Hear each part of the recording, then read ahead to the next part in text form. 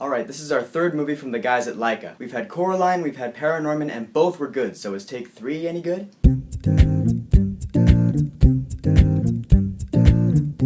The Boxtrolls. Now, I am a huge fan of those Laika movies. Coraline was straight up one of my favorite movies of 2009. I used to watch that on a regular basis. Paranorman was good. It didn't hold a candle to Coraline, but it was still a great time and a fun movie. So now we have their third movie, The Boxtrolls. So how good is it? Well, let's talk about the story. So there's this kid. Something happened with his father. He ends up being raised by the Boxtrolls. The Boxtrolls are these little creatures. They come out at night and they take knickknacks and whatnot. And it's really cool to see the civilization of these Boxtrolls. Seeing where they live and how they operate is just really fun to watch. It's always fun to watch stuff like that in a stop-motion animation movie. And you can tell that these creatures are really peaceful. If you don't mess with them, they won't mess with you. But it so happens that the population of this town they live under sees them as, monsters, and they steal children, and they have mountains of bones and rivers of blood. So they keep away. They live out their lives in secret, away from human civilization. So one day, our main character, he goes by the name Eggs. He meets this girl who lives in the upper world, and then our adventure ensues. Now, I'll say this about the movie. The story doesn't really pick up until about 1/3 of the way through. The first third of this movie is a little slow, but it is still enjoyable. It's the build-up. You're being introduced to the characters and the setup and the scenario, and that's all cool. I like movies that take their time building up the world they take place in. It's called immersion. And then, once we've established the world and the scenario, then we can get started with the story. And the story in this movie played out pretty well for me. And I like all the characters in this movie. Usually in a movie there will be one character that I'm like, he didn't really need to be in the movie. But in this one, I didn't have any problem with any of the characters. They all played their parts perfectly, but the one that stood out to me was Ben Kingsley as the villain Archibald Snatcher. This guy is hilariously funny because it's almost like it's a joke. He talks in this really exaggerated Cockney English accent. How did this end up all the way over here?